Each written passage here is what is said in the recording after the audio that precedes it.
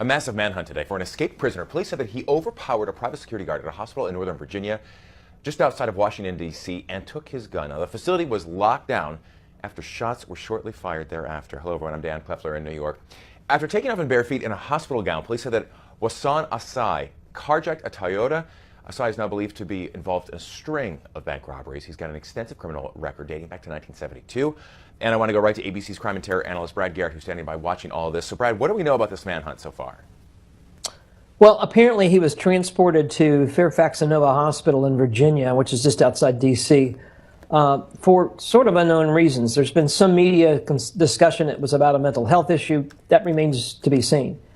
But what happened is apparently, and I'm going to guess this occurred at or in the hospital, or near the hospital, is that he apparently he basically took a gun from one of his guards who were private security for whatever reason. Got that gun, apparently, I'm going to guess even at that point, was either unshackled or close to being unshackled, left, as you just mentioned, carjacked, and now is on the run. And I'm looking at the clock because now I think it's probably been a number of hours he has been on the run.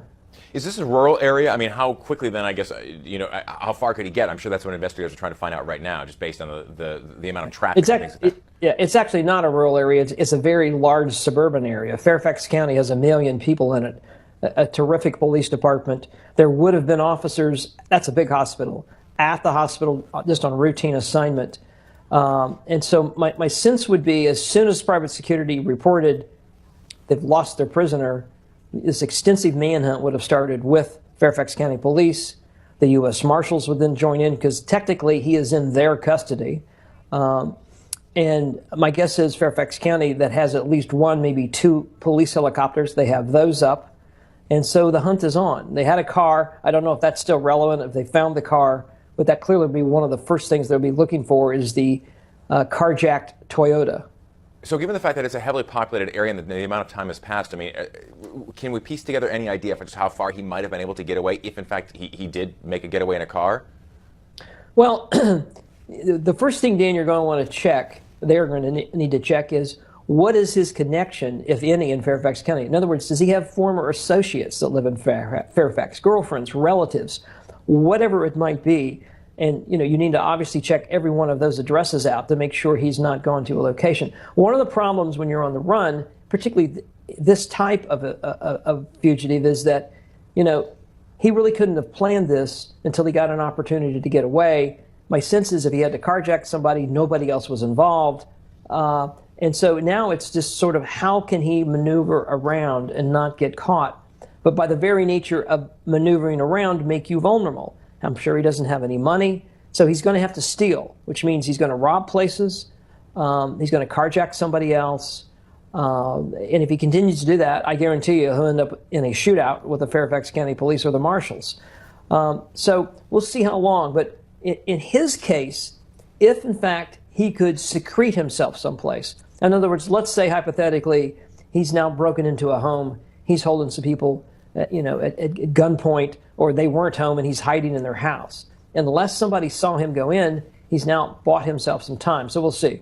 Okay. So just logistically speaking, because apparently he was being treated last Friday for a suicide attempt at Inova Hospital.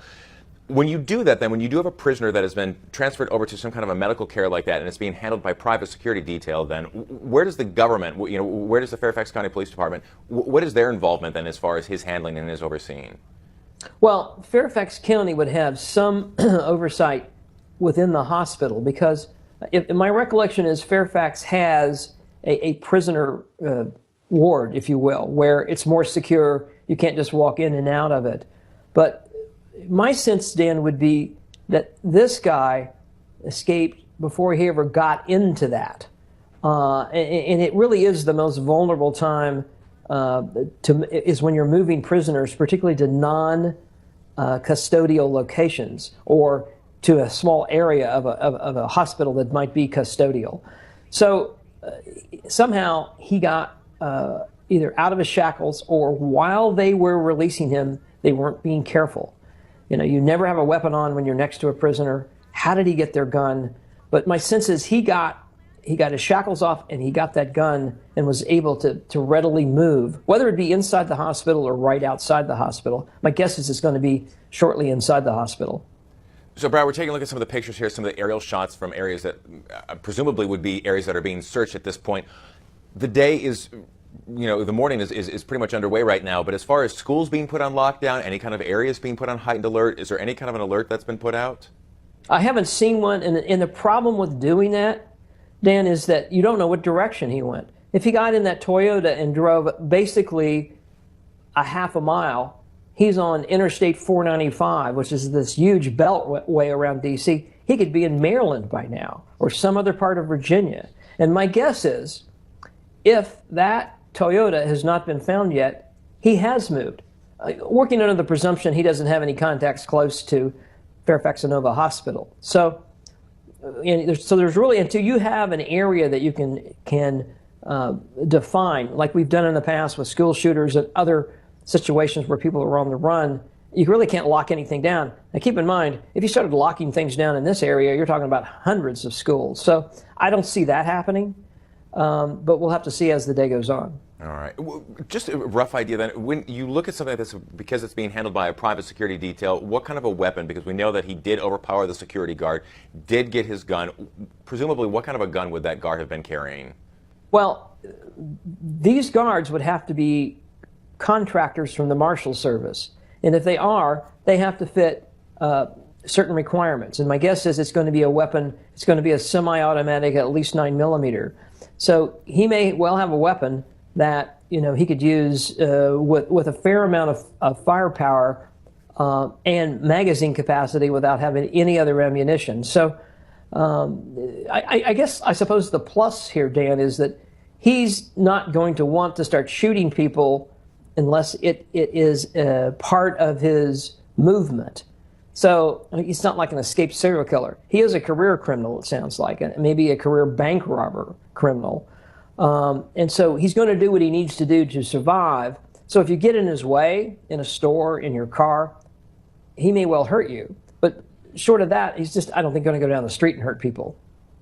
Criminal history going back to 1972. So, of course, we're going to continue to watch this. ABC's crime and terror analyst Brad Garrett with us. Brad, thank you so much. Appreciate that. And, of course, we'll be touching back with you a little bit later on as the story does develop and we get more information coming into us right now. A manhunt underway.